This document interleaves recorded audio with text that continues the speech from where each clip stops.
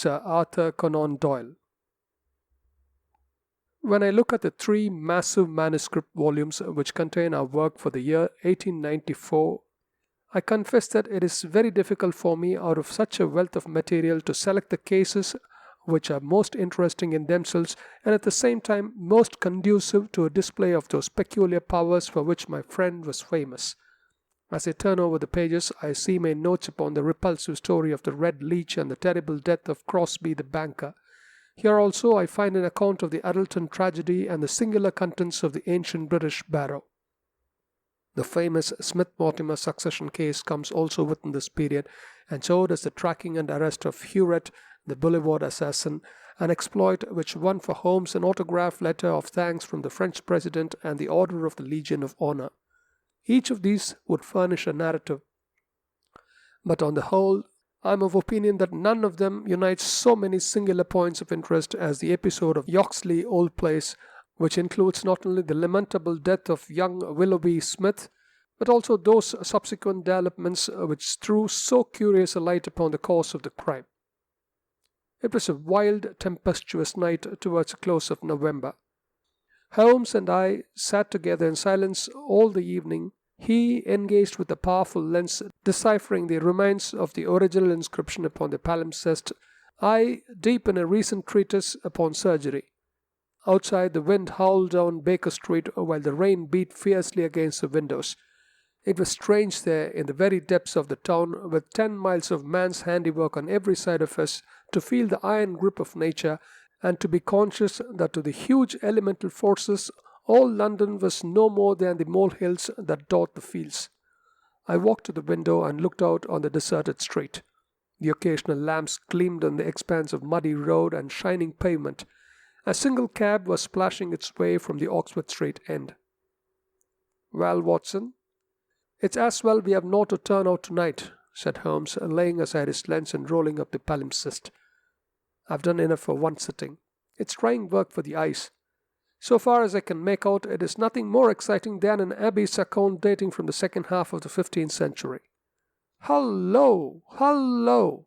Hullo! What's this?" Amid the droning of the wind, there had come the stamping of a horse's hoofs and the long grind of a wheel as it rasped against the curb. The cab which I had seen had pulled up at our door. "What can he want?" I ejaculated as a man stepped out of it. "Want? He wants us. And we, my poor Watson, want overcoats and cravats and galoshes and every aid that man ever invented to fight the weather. Wait a bit there. There's a cab off again. There's hope yet. He would have kept it if he had wanted us to come. Run down, my dear fellow, and open the door, for all virtuous folk have been long in bed." When the light of the hall lamp fell upon our midnight visitor, I had no difficulty in recognizing him. It was young Stanley Hopkins, a promising detective, in whose career Holmes had several times shown a very practical interest. "Is he in?" he asked eagerly. "Come up, my dear sir," said Holmes's voice from above. "I hope you have no designs upon us such a night as this." The detective mounted the stairs, and a lamp gleamed upon his shining waterproof. I helped him out of it, while Holmes knocked a blaze out of the logs in the grate. "Now, my dear Hopkins, draw up and warm your toes," said he. "Here's a cigar. And the doctor has a prescription containing hot water and lemon, which is good medicine on a night like this. It must be something important which has brought you out in such a gale." "It is indeed, Mr. Holmes. I've had a bustling afternoon, I promise you. Did you see anything of the Yoxley case in the latest edition?" "I've seen nothing later than the 15th century today." "Well, it was only a paragraph, and all wrong at that. So you have not missed anything. I haven't let the grass grow under my feet. It's down in Kent, 7 miles from Chatham, and 3 from the railway line. I was wired for at 3:15, reached Yoxley Old Place at 5, conducted my investigation, was back at Charing Cross by the last train and straight to you by cab. Which means, I suppose, that you're not quite clear about your case?" "It means that I can make neither head nor tail of it. So far as I can see it, it is just as tangled a business as I ever handled. And yet, at first, it seems so simple that one couldn't go wrong. There's no motive, Mr. Holmes. That's what bothers me. I can't put my hand on a motive. Here's a man dead. There's no denying that. But so far as I can see, no reason on earth why anyone should wish him harm." Holmes lit a cigar and leaned back in his chair. "Let us hear about it," said he. "I've got my facts pretty clear," said Stanley Hopkins. "All I want now is to know what they all mean. The story, so far as I can make it out, is like this. Some years ago, this country house, Yoxley Old Place, was taken by an elderly man who gave the name of Professor Coram. He was an invalid, keeping his bed half the time, and the other half hobbling round the house with a stick or being pushed about the grounds by the gardener in a bath chair. He was well liked by the few neighbours who called upon him, and he has a reputation down there of being a very learned man. His household used to consist of an elderly housekeeper, Mrs. Marker, and of a maid, Susan Tarleton. These have both been with him since his arrival, and they seem to be women of excellent character. The professor is writing a learned book, and he found it necessary about a year ago to engage a secretary. The first two that I tried were not successes. But the third, Mr. Willoughby Smith, a very young man straight from the university, seems to have been just what his employer wanted. His work consisted in writing all the morning to the professor's dictation, and he usually spent the evening in hunting up references and passages which bore upon the next day's work. This Willoughby Smith has nothing against him, either as a boy at Uppingham or as a young man at Cambridge. I've seen his testimonials, and from the first he was a decent, quiet, hard-working fellow with no weak spot in him at all. And yet this is the lad who has met his death this morning in the professor's study under circumstances which can point only to murder." The wind howled and screamed at the windows. Holmes and I drew closer to the fire while the young inspector slowly and point by point developed his singular narrative. "If you were to search all England," said he, "I don't suppose you could find a household more self-contained or freer from outside influences. Whole weeks would pass and not one of them go past the garden gate. The professor was buried in his work and existed for nothing else. Young Smith knew nobody in the neighbourhood and lived very much as his employer did. The two women had nothing to take them from the house. Mortimer, the gardener, who wheels the bath chair, is an army pensioner, an old Crimean man of excellent character. He does not live in the house, but in a 3-room cottage at the other end of the garden. Those are the only people that you would find within the grounds of the Yoxley Old Place. At the same time, the gate of the garden is 100 yards from the main London to Chatham Road.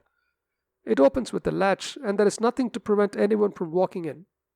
Now, I'll give you the evidence of Susan Tarleton, who is the only person who can say anything positive about the matter. It was in the forenoon, between 11 and 12. She was engaged at the moment in hanging some curtains in the upstairs front bedroom. Professor Coram was still in bed, for when the weather is bad, he seldom rises before midday. The housekeeper was busied with some work in the back of the house. Willoughby Smith had been in his bedroom, which he uses as a sitting room, but the maid heard him at that moment passing along the passage and descend to the study immediately below her. She did not see him, but she says that she could not be mistaken in his quick, firm tread. She did not hear the study door close, but a minute or so later there was a dreadful cry in the room below. It was a wild, hoarse scream, so strange and unnatural that it might have come either from a man or a woman. At the same instant there was a heavy thud which shook the old house, and then all was silence. The maid stood petrified for a moment, and then recovering her courage, she ran downstairs. The study door was shut, and she opened it. Inside, young Mr. Willoughby Smith was stretched upon the floor. At first she could see no injury, but as she tried to raise him, she saw that blood was pouring from the underside of his neck. It was pierced by a very small but very deep wound, which had divided the carotid artery. The instrument with which the injury had been inflicted lay upon the carpet beside him. It was one of those small sealing wax knives to be found on old-fashioned writing tables, with an ivory handle and a stiff blade. It was part of the fittings of the professor's own desk. At first the maid thought that young Smith was already dead, but on pouring some water from the carafe over his forehead, he opened his eyes for an instant. "The professor," he muttered. "It was she." The maid is prepared to swear that those were the exact words. He tried desperately to say something else, and he held his right hand up in the air. Then he fell back dead. In the meantime, the housekeeper had also arrived upon the scene, but she was just too late to catch the young man's dying words. Leaving Susan with the body, she hurried to the professor's room. He was sitting up in bed, horribly agitated, for he had heard enough to convince him that something terrible had occurred. Mrs. Marcus prepared to swear that the professor was still in his night clothes, and indeed it was impossible for him to dress without the help of Mortimer, whose orders were to come at 12 o'clock. The professor declares that he heard the distant cry, but that he knows nothing more. He can give you no explanation of the young man's last words. The professor, it was she, but imagines that they were the outcome of delirium. He believes that Willoughby Smith had not an enemy in the world and can give no reason for the crime. His first action was to send Mortimer the gardener for the local police. A little later the chief constable sent for me. Nothing was moved before I got there, and strict orders were given that no one should walk upon the paths leading to the house. It was a splendid chance of putting your theories into practice, Mr. Sherlock Holmes. There was really nothing wanting. "Except Mr. Sherlock Holmes," said my companion, with a somewhat bitter smile. "Well, let us hear about it. What sort of a job did you make of it?" "I must ask you first, Mr. Holmes, to glance at this rough plan, which will give you a general idea of the position of the professor's study and the various points of the case. It will help you in following my investigation." He unfolded the rough chart, which I here reproduce, and he laid it across Holmes's knee. I rose, and standing behind Holmes, studied it over his shoulder. It is very rough, of course, and it only deals with the points which seem to me to be essential. All the rest you will see later for yourself. Now, first of all, presuming that the assassin entered the house, how did he or she come in? Undoubtedly by the garden path and the back door, from which there is direct access to the study. Any other way would have been exceedingly complicated. The escape must have also been made along that line, for of the two other exits from the room, one was blocked by Susan as she ran downstairs, and the other leads straight to the professor's bedroom. I therefore directed my attention at once to the garden path, which was saturated with recent rain, and would certainly show any footmarks. My examination showed me that I was dealing with a cautious and expert criminal. No footmarks were to be found on the path. There could be no question, however, that someone had passed along the grass border which lines the path, and that he had done so in order to avoid leaving a track. I could not find anything in the nature of a distinct impression, but the grass was trodden down, and someone had undoubtedly passed. It could only have been the murderer, since neither the gardener nor anyone else had been there that morning, and the rain had only begun during the night. "One moment," said Holmes. "Where does this path lead to?" "To the road." "How long is it?" 100 yards or so. "At the point where the path passes through the gate, you could surely pick up the tracks?" "Unfortunately, the path was tiled at that point." "Well, on the road itself?" "No, it was all trodden into mire." "Tut, tut. Well then, these tracks upon the grass, were they coming or going?" "It was impossible to say. There was never any outline." "A large foot or a small?" He could not distinguish. Holmes gave an ejaculation of impatience. "It has been pouring rain and blowing a hurricane ever since," said he. "It'll be harder to read now than that palimpsest." Well, it can't be helped. What did you do, Hopkins, after you had made certain that you had made certain of nothing?" "I think I made certain of a good deal, Mr. Holmes. I knew that someone had entered the house cautiously from without. I next examined the corridor. It is lined with coconut matting, and had taken no impression of any kind. This brought me into the study itself. It's a scantily furnished room. The main article is a large writing table with a fixed bureau. The bureau consists of a double column of drawers, with a central small cupboard between them. The drawers were open, the cupboards locked. The drawers, it seems, were always open, and nothing of value was kept in them. There were some papers of importance in the cupboard, but there were no signs that this had been tampered with, and the professor assures me that nothing was missing. It is certain that no robbery has been committed. I come now to the body of the young man. It was found near the bureau and just to the left of it, as marked upon the chart. The stab was on the right side of the neck and from behind forward, so that it is almost impossible that it could have been self-inflicted." "Unless he fell upon the knife," said Holmes. "Exactly. The idea crossed my mind. But we found the knife some feet away from the body, so that seems impossible. Then, of course, there are the man's own dying words. And finally, there was this very important piece of evidence which was found clasped in the dead man's right hand." From his pocket, Stanley Hopkins drew a small paper packet. He unfolded it and disclosed a golden pince-nez with 2 broken ends of black silk cord dangling from the end of it. Willoughby Smith had excellent sight, he added. There can be no question that this was snatched from the face or the person of the assassin. Sherlock Holmes took the glasses into his hand and examined them with the utmost attention and interest.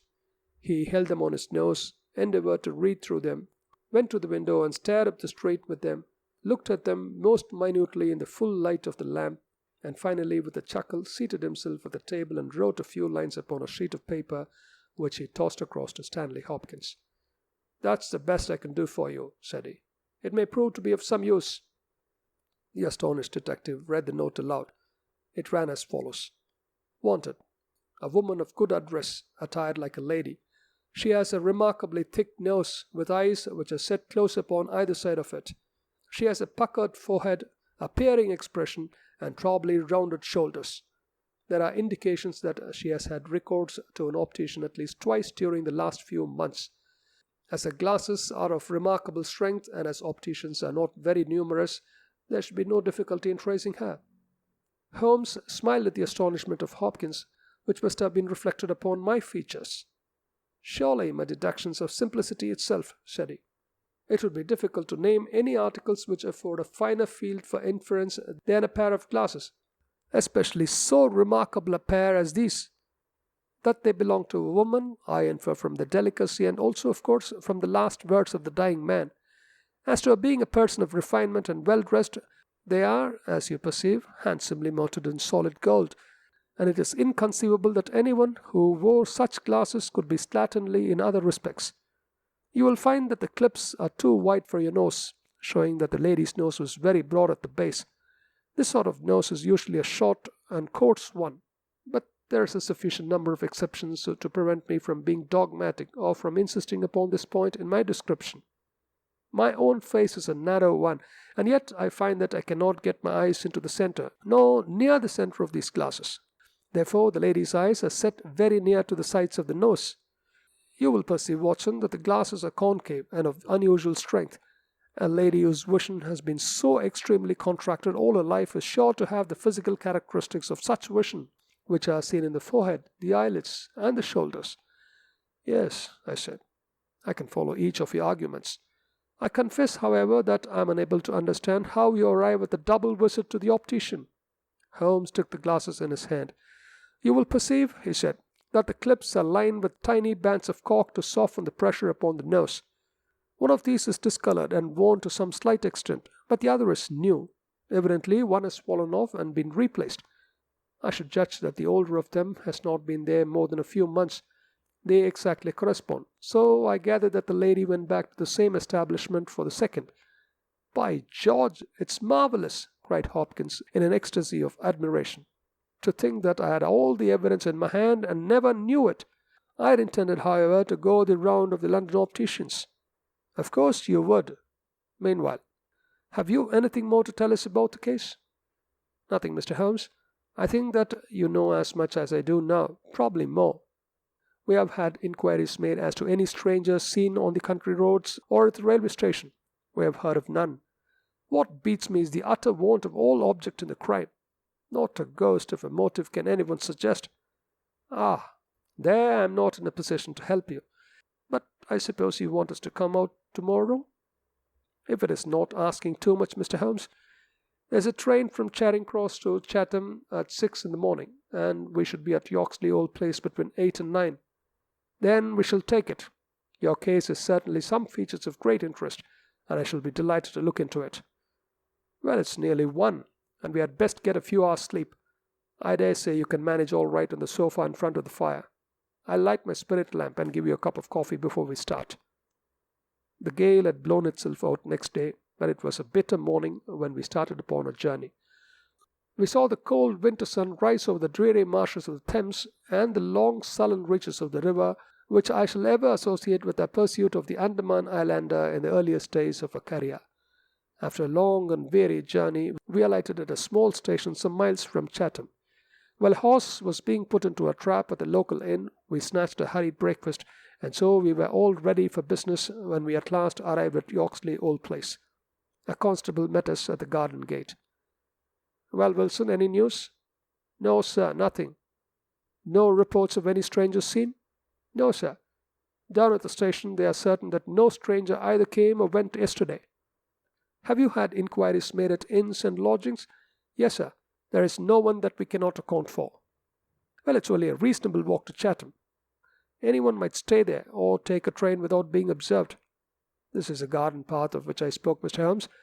I'll pledge my word there was no mark on it yesterday. On which side were the marks in the grass? This side, sir.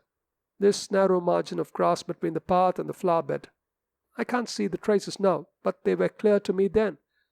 Yes, someone has passed along, said Holmes, stooping over the grass border. Our lady must have picked her steps very carefully. Must she not, since on the one side she would leave a track on the path, and on the other an even clearer one on the soft bed? Yes, sir, she must have been a cold hand. I saw an intent look pass over Holmes's face. You say that she must have come back this way? Yes, sir, there is no other. On this strip of grass? Certainly, Mr. Holmes. It was a very remarkable performance. Very remarkable. Well, I think we have exhausted the path. Let us go farther. This garden door is usually kept open, I suppose? Then this visitor had nothing to do but to walk in. The idea of murder was not in her mind, or she would have provided herself with some sort of weapon instead of having to pick this knife off the writing table. She advanced along this corridor, leaving no traces upon the coconut matting. Then she found herself in this study. How long was she there? We have no means of judging. Not more than a few minutes, sir. I forgot to tell you that Mrs. Marker, the housekeeper, had been in there tidying not very long before. About a quarter of an hour, she says. Well, that gives us a limit. Our lady enters his room, and what does she do? She goes over to the writing table. What for? Not for anything in the drawers. If there had been anything worth her taking, it would surely have been locked up. No, it was for something in that wooden bureau. Hello, what is that scratch upon the face of it? Just hold the match, Watson. Why did you not tell me of this, Hopkins? The mark which he was examining began upon the brasswork on the right-hand side of the keyhole and extended for about 4 inches where it had scratched the varnish from the surface. I noticed it, Mr. Holmes, but you'll always find scratches round a keyhole. This is recent, quite recent. See how the brass shines where it is cut. An old scratch would be the same color as the surface. Look at it through my lens. There's the varnish too, like earth on each side of a furrow. Is Mrs. Marker there? A sad-faced elderly woman came into the room. Did you dust this bureau yesterday morning? Yes, sir. Did you notice the scratch? No, sir, I did not. I'm sure you did not, for a duster would have swept away these shreds of varnish. Who has the key to this bureau? The professor keeps it on his watch chain. Is it a simple key? No, sir, it's a Chubb's key. Very good, Mrs. Marker. You can go. Now we are making a little progress. Our lady enters a room, advances to the bureau, and either opens it or tries to do so. While she is thus engaged, young Willoughby Smith enters a room. In a hurry to withdraw the key, she makes a scratch upon the door. He seizes her, and she, snatching up the nearest object, which happens to be this knife, strikes at him in order to make him let go his hold. The blow is a fatal one. He falls, and she escapes either with or without the object for which she has come. Is Susan the maid there? Could anyone have got away through that door after the time you heard the cry, Susan? No, sir, it's impossible. Before I got down the stair, I would have seen anyone in the passage. Besides, the door never opened, or I would have heard it. That settles this exit. Then no doubt the lady went out the way she came. I understand that this other passage leads only to the professor's room. There is no exit that way? No, sir. We shall go down it and make the acquaintance of the professor. Hello, Hopkins. This is very important indeed. The professor's corridor is also lined with coconut matting. Well, sir, what of that? Don't you see any bearing upon the case? Well, I don't insist upon it. No doubt I'm wrong, and yet it seems to me to be suggestive. Come with me and introduce me. We passed down the passage, which was of the same length as that which led to the garden. At the end was a short flight of steps ending in a door. Our guide knocked and then ushered us into the professor's bedroom. It was a very large chamber lined with innumerable volumes which had overflowed from the shelves and lay in piles in the corners or were stacked all round at the base of the cases. The bed was in the centre of the room, and in it, propped up with pillows, was the owner of the house. I've seldom seen a more remarkable-looking person. It was a gaunt, aquiline face which was turned towards us, with piercing dark eyes which lurked in deep hollows under overhung and tufted brows. His hair and beard were white, save that the latter was curiously stained with yellow around his mouth. A cigarette glowed amid the tangle of white hair, and the air of the room was fetid with stale tobacco smoke. As he held out his hand to Holmes, I perceived that it was also stained with yellow nicotine. "A smoker, Mr. Holmes?" said he, speaking in well-chosen English with a curious little mincing accent. "Pray take a cigarette. And you, sir?" "I can recommend them, for I have them especially prepared by Amanuensis of Alexandria. He sends me 1,000 at a time, and I grieve to say that I have to arrange for a fresh supply every fortnight." "Bad, sir, very bad, but an old man has few pleasures. Tobacco and my work, that's all that is left to me." Holmes had lit a cigarette and was shooting little darting glances all over the room. "Tobacco and my work, but now only tobacco," the old man exclaimed. "Alas, what a fatal interruption! Who could have foreseen such a terrible catastrophe? So estimable a young man! I assure you that, after a few months' training, he was an admirable assistant. What do you think of the matter, Mr. Holmes?" "I have not yet made up my mind. I shall indeed be indebted to you if you can throw a light where all is so dark to us. To a poor bookworm and invalid like myself, such a blow is paralyzing. I seem to have lost the faculty of thought. But you are a man of action. You are a man of affairs. It is part of the everyday routine of your life. You can preserve your balance in every emergency. We are fortunate indeed in having you at our side." Holmes was pacing up and down one side of the room whilst the old professor was talking. I observed that he was smoking with extraordinary rapidity. It was evident that he shared our host's liking for the fresh Alexandrian cigarettes. "Yes, sir, it's a crushing blow," said the old man. "That is my magnum opus, the pile of papers on the side table yonder. It is my analysis of the documents found in the Coptic monasteries of Syria and Egypt, a work which will cut deep at the very foundation of revealed religion. With my enfeebled health, I do not know whether I shall ever be able to complete it, now that my assistant has been taken from me. Dear me, Mr. Holmes, why, you are even a quicker smoker than I am myself." Holmes smiled. "I am a connoisseur," said he, taking another cigarette from the box, his fourth, and lighting it from the stub of that which he had finished. "I will not trouble you with any lengthy cross-examination, Professor Coram, since I gather that you were in bed at the time of the crime, and could know nothing about it. I would only ask this: what do you imagine by this poor fellow meant by his last words? The professor? It was she?" The professor shook his head. "Susan is a country girl," said he, "and you know the incredible stupidity of the class. I fancy that the poor fellow murmured some incoherent, delirious words, and that she twisted them into this meaningless message." "I see. You have no explanation yourself of the tragedy?" "Possibly an accident. Possibly. I only breathe it among ourselves. Suicide. Young men have their hidden troubles. Some affair of the heart, perhaps, which we have never known. It is a more probable supposition than murder. But the eyeglasses! Ah, I am only a student, a man of dreams. I cannot explain the practical things of life. But still, we are aware, my friend, that love gauges may take strange shapes. By all means, take another cigarette. It's a pleasure to see anyone appreciate them so. A fan, a glove, glasses. Who knows what article may be carried as a token or treasured when a man puts an end to his life? This gentleman speaks of footsteps in the grass, but after all, it is easy to be mistaken on such a point. As to the knife, it might well be thrown far from the unfortunate man as he fell. It is possible that I speak as a child, but to me it seems that Willoughby Smith has met his fate by his own hand." Holmes seemed struck by the theory thus put forward, and he continued to walk up and down for some time, lost in thought and consuming cigarette after cigarette. "Tell me, Professor Coram," he said at last, "what is in that cupboard in the bureau?" "Nothing that would help a thief." Family papers, letters from my poor wife, diplomas of universities which have done me honor. Here's a key. You can look for yourself." Holmes picked up the key and looked at it for an instant. Then he handed it back. "No, I hardly think that it would help me," said he. "I should prefer to go quietly to your garden and turn the whole matter over in my head.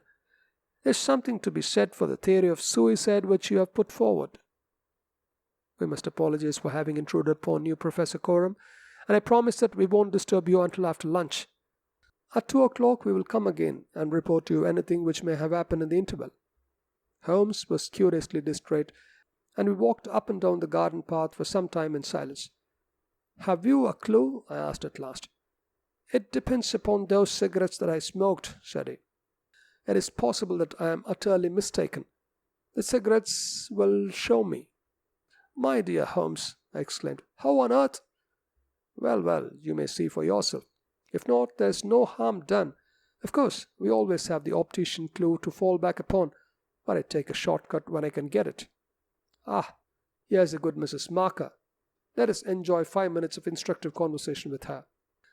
I may have remarked before that Holmes had, when he liked, a peculiarly ingratiating way with women, and that he very readily established terms of confidence with them. In half the time which he had named, he had captured the housekeeper's goodwill, and was chatting with her as if he had known her for years. "Yes, Mr. Holmes, it is as you say, sir. He does smoke something terrible, all day and something all night, sir. I've seen that room of a morning. Well, sir, you'd have thought it was a London fog. Poor young Mr. Smith. He was a smoker too, but not as bad as a professor. His health, well, I don't know that it is better nor worse for the smoking." "Ah," said Holmes, "but it kills the appetite." "Well, I don't know about that, sir." "I suppose the professor eats hardly anything?" "Well, he's variable, I'll say that for him. I'll wager he took no breakfast this morning, and won't face his lunch after all the cigarettes I saw him consume." "Well, you're out there, sir, as it happens, for he ate a remarkably large breakfast this morning. I don't know when I've known him make a better one, and he's ordered a good dish of cutlets for his lunch. I'm surprised myself, for since I came into that room yesterday and saw young Mr. Smith lying there on the floor, I couldn't bear to look at food. Well, it takes all sorts to make a world, and the professor hasn't let it take his appetite away." We loitered the morning away in the garden. Stanley Hopkins had gone down to the village to look into some rumors of a strange woman who had been seen by some children on the Chatham Road the previous morning. As to my friend, all his usual energy seemed to have deserted him. I had never known him handle a case in such a half-hearted fashion. Even the news brought back by Hopkins that he had found the children, and that they had undoubtedly seen a woman exactly corresponding with Holmes's description and wearing either spectacles or eyeglasses, failed to rouse any sign of keen interest. He was more attentive when Susan, who waited upon us at lunch, volunteered the information that she believed Mr. Smith had been out for a walk yesterday morning, and that he had only returned half an hour before the tragedy occurred. I could not myself see the bearing of this incident, but I clearly perceived that Holmes was weaving it into the general scheme which he had formed in his brain. Suddenly he sprang from his chair and glanced at his watch. 2 o'clock, gentlemen," said he. "We must go up and have it out with our friend the professor." The old man had just finished his lunch, and certainly his empty dish bore evidence to the good appetite with which his housekeeper had credited him. He was indeed a weird man as he turned his white mane and his glowing eyes towards us. The eternal cigarette smouldered in his mouth. He had been dressed and was seated in an armchair by the fire. "Well, Mr. Holmes, have you solved this mystery yet?" He shoved the large tin of cigarettes which stood on a table beside him towards my companion. Holmes stretched out his hand at the same moment, and between them they tipped the box over the edge. For a minute or two we were all on our knees retrieving stray cigarettes from impossible places. When we rose again, I observed Holmes's eyes were shining and his cheeks tinged with colour. Only at a crisis have I seen those battle signals flying. "Yes," said he, "I've solved it." Stanley Hopkins and I stared in amazement. Something like a sneer quivered over the gaunt features of the old professor. "Indeed? In the garden?" "No. Here." "Here? When?" "This instant." "You're surely joking, Mr. Sherlock Holmes." You compel me to tell you that this is too serious a matter to be treated in such a fashion. I have forged and tested every link of my chain, Professor Coram, and am sure that it is sound. What your motives are, or what exact part you play in this strange business, I am not yet able to say. In a few minutes I shall probably hear it from your own lips. Meanwhile, I'll reconstruct what is past for your benefit, so that you may know the information which I still require. A lady yesterday entered your study. She came with the intention of possessing herself of certain documents which were in your bureau. She had a key of her own. I have had an opportunity of examining yours, and I do not find that slight discoloration which the scratch made upon the varnish would have produced. You were not an accessory, therefore, and she came, so far as I can read the evidence, without your knowledge to rob you. The professor blew a cloud from his lips. This is most interesting and instructive, said he. Have you no more to add? Surely, having traced this lady so far, you can also say what has become of her. I'll endeavour to do so. In the first place, she was seized by a secretary and stabbed him in order to escape. This catastrophe I am inclined to regard as an unhappy accident, for I am convinced that the lady had no intention of inflicting so grievous an injury. An assassin does not come unarmed. Horrified by what she had done, she rushed wildly away from the scene of the tragedy. Unfortunately for her, she had lost her glasses in the scuffle, and as she was extremely short-sighted, she was really helpless without them. She ran down a corridor which she imagined to be that by which she had come. Both were lined with coconut matting, and it was only when it was too late that she understood that she had taken the wrong passage and that her retreat was cut off behind her. What was she to do? She could not go back. She could not remain where she was. She must go on. She went on. She mounted a stair, pushed open a door, and found herself in your room. The old man sat with his mouth open, staring wildly at Holmes.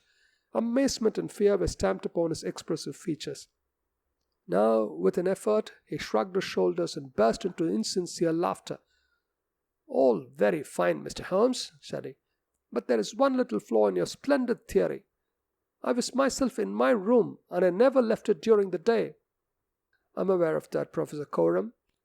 And you mean to say that I could lie upon that bed and not be aware that a woman had entered my room? I never said so. You were aware of it. You spoke with her. You recognized her. You aided her to escape. Again the professor burst into high-keyed laughter. He had risen to his feet, and his eyes glowed like embers. You're mad, he cried. You're talking insanely. I helped her to escape? Where is she now? She is there, said Holmes, and he pointed to a high bookcase in the corner of the room. I saw the old man throw up his arms. A terrible convulsion passed over his grim face, and he fell back in his chair. At the same instant, the bookcase at which Holmes pointed swung round upon a hinge, and a woman rushed out into the room. "You're right," she cried, in a strange foreign voice. "You're right. I am here." She was brown with the dust and draped with the cobwebs which had come from the walls of her hiding place. Her face, too, was streaked with grime, and at the best she could never have been handsome, for she had the exact physical characteristics which Holmes had divined, with, in addition, a long and obstinate chin. What with her natural blindness, and what with the change from dark to light, she stood as one dazed, blinking about her to see where and who we were. And yet, in spite of all these disadvantages, there was a certain nobility in the woman's bearing, a gallantry in the defiant chin and in the upraised head, which compelled something of respect and admiration. Stanley Hopkins had laid his hand upon her arm and claimed her as his prisoner, but she waved him aside gently, and yet with an overmastering dignity which compelled obedience. The old man lay back in his chair with a twitching face and stared at her with brooding eyes. "Yes, sir, I am your prisoner," she said. "From where I stood I could hear everything, and I know that you have learned the truth. I confess it all. It was I who killed the young man. But you're right, you who say it was an accident. I did not even know that it was a knife which I held in my hand, for in my despair I snatched anything from the table and struck at him to make him let me go. It's a truth that I tell." "Madam," said Holmes, "I am sure that it is the truth. I fear that you are far from well." She had turned a dreadful colour, the more ghastly under the dark dust streaks upon her face. She seated herself on the side of the bed. Then she resumed. "I've only a little time here," she said, "but I would have to know the whole truth. I am this man's wife. He is not an Englishman. He is a Russian. His name I will not tell." For the first time the old man stirred. "God bless you, Anna," she cried. "God bless you." She cast a look of the deepest disdain in his direction. "Why should you cling so hard to that wretched life of yours, Sergius?" said she. "It has done harm to many and good to none, not even to yourself. However, it is not for me to cause the frail thread to be snapped before God's time. I have enough already upon my soul since I crossed the threshold of this cursed house. But I must speak, or I shall be too late. I have said, gentlemen, that I am this man's wife. He was 50, and I a foolish girl of 20 when we married. It was in a city of Russia, a university. I'll not name the place." "God bless you, Anna," murmured the old man again. "We were reformers, revolutionists, nihilists, you understand? And he and I and many more. Then there came a time of trouble. A police officer was killed. Many were arrested. Evidence was wanted. And in order to save his own life and to earn a great reward, my husband betrayed his own wife and his companions. Yes, we were all arrested upon his confession. Some of us found our way to the gallows, and some to Siberia. I was among these last, but my term was not for life. My husband came to England with his ill-gotten gains and has lived in quiet ever since, knowing well that if the Brotherhood knew where he was, not a week would pass before justice would be done." The old man reached out a trembling hand and helped himself to a cigarette. "I am in your hands, Anna," said he. "You were always good to me." "I have not yet told you the height of his villainy," said she. "Among our comrades of the order there was one who was the friend of my heart. He was noble, unselfish, loving, all that my husband was not. He hated violence. We were all guilty, if that is guilt. But he was not. He wrote forever dissuading us from such a course. These letters would have saved him. So would my diary, in which, from day to day, I had entered both my feelings towards him and the view which each of us had taken. My husband found and kept both diary and letters. He hid them, and he tried hard to swear away the young man's life. In this he failed, but Alexis was sent a convict to Siberia, where now, at this moment, he works in a salt mine. Think of that, you villain! You villain! Now, at this very moment, Alexis, a man whose name you are not worthy to speak, works and lives like a slave, and yet I have your life in my hands, and I let you go." "You were always a noble woman, Anna," said the old man, puffing at his cigarette. She had risen, but she fell back again with a little cry of pain. "I must finish," she said. "When my term was over, I set myself to get the diary and the letters, which, if sent to the Russian government, would procure my friend's release. I knew that my husband had come to England. After months of searching, I discovered where he was. I knew that he still had the diary, for when I was in Siberia, I had a letter from him once, reproaching me and quoting some passages from its page. Yet I was sure that, with his revengeful nature, he would never give it to me of his own free will. I must get it for myself. With this object, I engaged an agent from a private detective firm, who entered my husband's house as a secretary. It was your second secretary, Sergius, the one who left you so hurriedly. He found that papers were kept in the cupboard, and he got an impression of the key. He would not go farther. He furnished me with a plan of the house, and he told me that in the forenoon the study was always empty, as the secretary was employed up here. So at last I took my courage in both hands and came down to get the papers for myself. I succeeded, but at what a cost! I had just taken the paper and was locking the cupboard when the young man seized me. I had seen him already that morning. He had met me on the road, and had asked him to tell me where Professor Coram lived, not knowing that he was in his employ. Exactly, said Holmes. The secretary came back and told his employer of the woman he had met. Then, in his last breath, he tried to send a message that it was she, the she whom he had just discussed with him. "You must let me speak," said the woman in an imperative voice, and her face contracted as if in pain. When he had fallen, I rushed from the room, chose the wrong door, and found myself in my husband's room. He spoke of giving me up. I showed him that if he did so, his life was in my hands. If he gave me to the law, I could give him to the brotherhood. It was not that I wished to live for my own sake, but it was that I desired to accomplish my purpose. He knew that I would do what I said, and his own fate was involved in mine. For that reason, and for no other, he shielded me. He thrust me into that dark hiding place, a relic of old days, known only to himself. He took his meals in his own room, and so was able to give me part of his food. It was agreed that when the police left the house, I should slip away by night and come back no more. But in some way you've read our plans. She tore from the bosom of her dress a small packet. "These are my last words," said she. "Here is a packet which will save Alexis. I confide it to your honor and to your love of justice. Take it. You will deliver it at the Russian embassy. Now, I've done my duty and—" "Stop her!" cried Holmes. He had bounded across the room and had wrenched a small phial from her hand. "Too late," she said, sinking back on the bed. "Too late. I took the poison before I left my hiding place. My head swims. I am going. I charge you, sir, to remember the packet."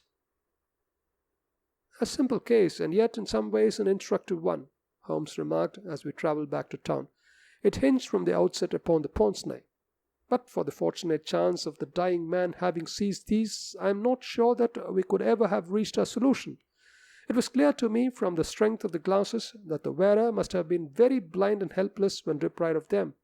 When you asked me to believe that she walked along a narrow strip of grass without once making a false step, I remarked, as you may remember, that it was a noteworthy performance. In my mind, I set it down as an impossible performance, save in the unlikely case that she had a second pair of glasses. I was forced, therefore, to consider seriously the hypothesis that she had remained within the house. On perceiving the similarity of the two corridors, it became clear that she might very easily have made such a mistake, and in that case it was evident that she must have entered the professor's room.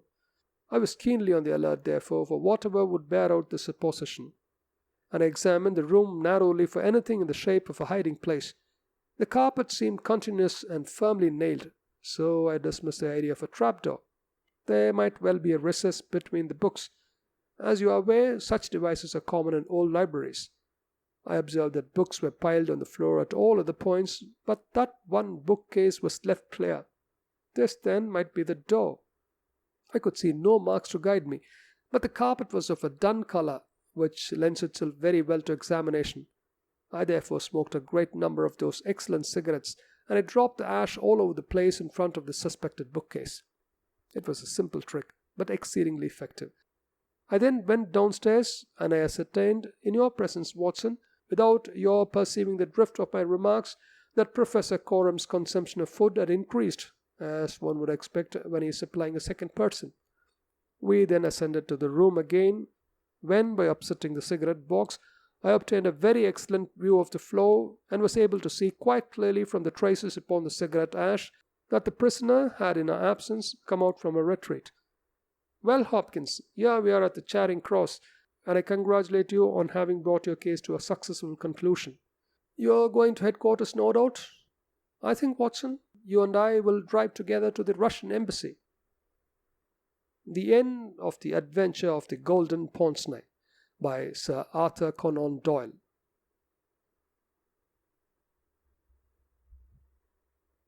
Lends itself very well to examination.